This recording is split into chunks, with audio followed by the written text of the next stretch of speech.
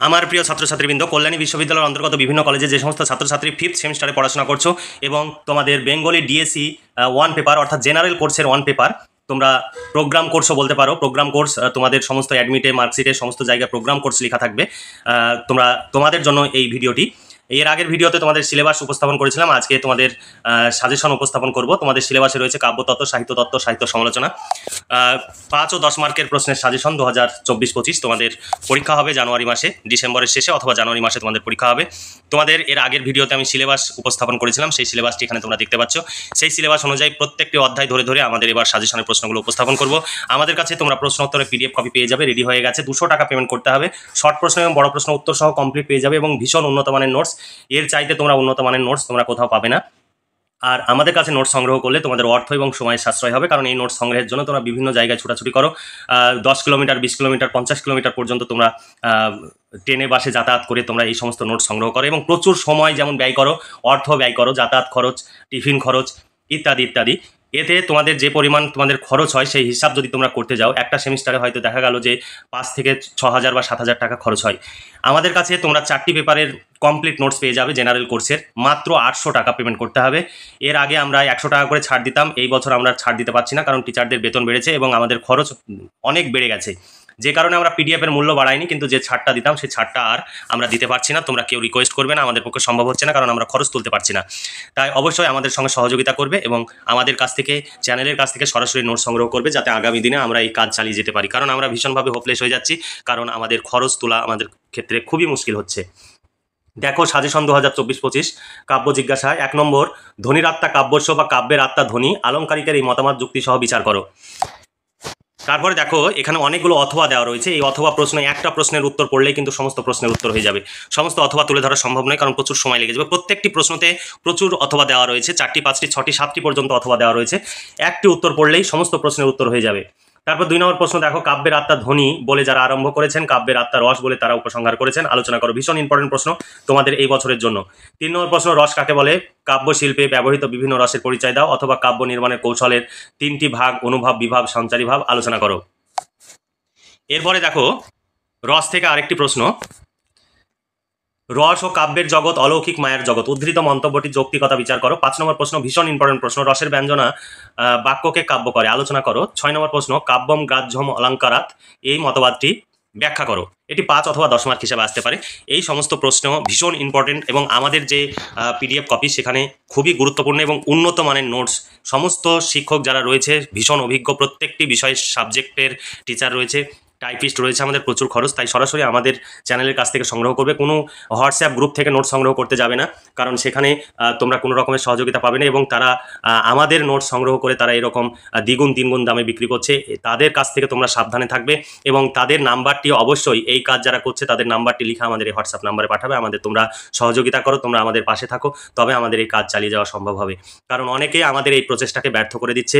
সেই সমস্ত অশুভ যাদের মানসিকতা, বিকৃত মানসিকতা, আমরা এত খরচ এবং পরিশ্রম করে আমরা খরচ তুলতে পারছি না, আর অনেকে আমাদের সঙ্গে এরকম কি বলবো বেইমানি করছে, আমাদের কাছ থেকে নোটস নিয়ে তারা বিক্রি করছে। এটা কখনোই ঠিক নয়। তাই তাদের নাম্বারটি অবশ্যই আমাদের হোয়াটসঅ্যাপে লিখে পাঠাবে। 1 নম্বর প্রশ্ন দেখো, ক্লাসিসিজমের উদ্ভব ও বৈশিষ্ট্য সম্পর্কে আলোচনা করো। 2 নম্বর প্রশ্ন, একটি সার্থক ক্লাসিক সাহিত্য বা ক্লাসিসিজম সাহিত্য সম্পর্কে আলোচনা করো। 3 নম্বর প্রশ্ন, রিয়ালিজমের সংজ্ঞা ও বৈশিষ্ট্যগুলি আলোচনা করো। 4 নম্বর প্রশ্ন, ক্লাসিক সাহিত্য রোমান্টিক সাহিত্যের ব্যবধান নির্ণয় করো। 5 নম্বর প্রশ্ন, দর্শনের রিয়ালিজম এবং সাহিত্যের রিয়ালিজম কি এক? বাস্তবতা কখন সাহিত্য পদবাচ্য হয়ে ওঠে, আলোকপাত করো। 6 নম্বর প্রশ্ন, রোমান্টিসিজমের সংজ্ঞা দাও, সাধারণ উদাহরণ সহ এর বৈশিষ্ট্যগুলি লেখো। 7 নম্বর প্রশ্ন, বাংলা রোমান্টিসিজমের বিকাশ সম্পর্কে আলোচনা করো। এরপরে প্রশ্ন, সাহিত্য সমালোচনা থেকে বিদ্যাপতি ও জয়দেব, এই প্রবন্ধ বঙ্কিমচন্দ্র চট্টোপাধ্যায়ের লেখা।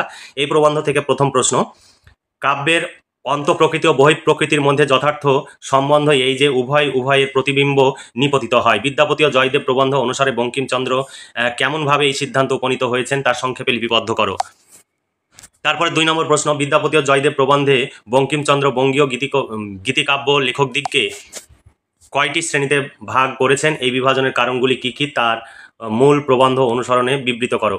3 নম্বর প্রশ্ন, জয়দেবের কবিতা স্বর্ণহার, বিদ্যাসাগরের কবিতা রুদ্রাক্ষ মালা, কার লেখা কোন প্রবন্ধের অন্তর্গত, মন্তব্যটির তাৎপর্য ব্যাখ্যা করো বা বিশ্লেষণ করো। 4 নম্বর প্রশ্ন, এই বৈষ্ণব কবিগণ ইহার সমুদ্র বিশেষ সপ্রসঙ্গ ব্যাখ্যা করো। 5 নম্বর প্রশ্ন, ভারতবর্ষীয় সাহিত্যের গতি প্রকৃতি অনুধাবন করতে বঙ্কিমচন্দ্র যে গোটাকতক স্থূল চিহ্নের কথা বিদ্যাপতি ও জয়দেব প্রবন্ধে উল্লেখ করেছেন তা জানাও বা আলোচনা করো। এখানে তোমরা একটি করে প্রশ্ন দেখছো, কিন্তু পিডিএফ কপিতে একাধিক অথবা দিয়ে প্রশ্ন রয়েছে।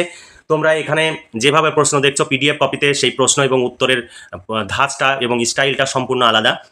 এই বছর আরও উন্নত মানের আমাদের নোটসের কোয়ালিটি এবং প্রশ্ন উত্তরের যে মান সেটা আরও উন্নত করা হয়েছে। তাই তোমরা দেরি না করে আজই 200 টাকা পেমেন্ট করে দিয়ে শর্ট প্রশ্ন এবং বড় প্রশ্ন উত্তর সহ কমপ্লিট তোমরা সংগ্রহ করে নাও। এক একটি পেপার শর্ট প্রশ্ন উত্তর, বড় প্রশ্নের উত্তর সমস্ত তোমরা পেয়ে যাবে। বিগত বছরের প্রশ্ন উত্তর, প্রশ্নের প্যাটার্ন সমস্ত কিছু থাকবে।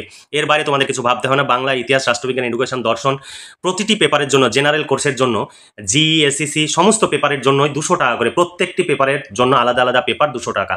শর্ট প্রশ্ন এবং বড় প্রশ্ন কমপ্লিট পেয়ে যাবে যে পেপারের নোটস নেবে।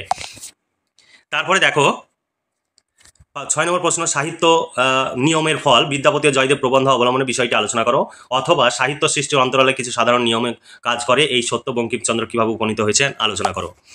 তারপরে 7 নম্বর প্রশ্ন, বঙ্কিমচন্দ্র রচিত প্রবন্ধের আলোকে বিদ্যাপতি জয়দেবের কবি প্রতিভা তুলনামূলক আলোচনা করো। 8 নম্বর প্রশ্ন, আধুনিক বাঙালি গীতিকবিদের সম্বন্ধে বঙ্কিমচন্দ্রের মতামত আলোচনা করো। আধুনিকতা ও রবীন্দ্রনাথ এই প্রবন্ধ থেকে তোমাদের প্রশ্ন। তোমরা এখনই নোটসগুলো সংগ্রহ করে অল্প অল্প করে পড়াশোনা করে পরীক্ষার জন্য প্রস্তুতি নাও। এই নোটস সংগ্রহের জন্য বিভিন্ন জায়গায় ছুটাছুটি করার কোনো প্রয়োজন নেই, কারণ তোমরা যেখানেই ছুটে পড়তে যাবে সেখানে আমাদের এই নোটসই তোমাদের লেখাবে আলটিমেট শেষ পর্যন্ত। তাই শুধু শুধু একগাদা টাকা এবং সময়ের অপচয় না করে তোমরা নোটসগুলো সরাসরি আমাদের কাছ থেকে সংগ্রহ করো এবং পড়াশোনা করে পরীক্ষার জন্য প্রস্তুতি নাও। আধুনিকতা রবীন্দ্রনাথ প্রবন্ধ থেকে এই প্রশ্ন। 1 নম্বর প্রশ্ন, জীবনের কঠোর কদর্য দিকটা রবীন্দ্র কাব্যে একেবারে অপ্রকাশিত কিংবা প্রকাশ তার এতই সংকুচিত। আধুনিকতা রবীন্দ্রনাথ প্রবন্ধে আবু সঈদ আইয়ুবের এই সমস্যাটি কিভাবে গ্রহণ করেছিলেন এই প্রসঙ্গে তার অভিমত প্রবন্ধ অনুসরণে ব্যক্ত করো। তারপর 2 নম্বর প্রশ্ন, আধুনিক সাহিত্যে অমঙ্গলবোধ স্বাভাবিক বা যথাযথ নয়, সযত্নে চর্চিত মাত্রা জ্ঞানারহিত অমঙ্গলবোধ স্বাভাবিক বা যথাযথ নয় কেন? প্রাবন্ধিকের এই মন্তব্যের যথার্থতা বিচার করো। তারপর 3 নম্বর প্রশ্ন, জগতের মধ্যে যা কিছু শুভ সুন্দর ও প্রাণস্ফূর্ত রবীন্দ্র কাব্যে তার প্রকাশ প্রথম থেকে শেষ পর্যন্ত অক্লান্ত ও অনবচ্ছিন্ন।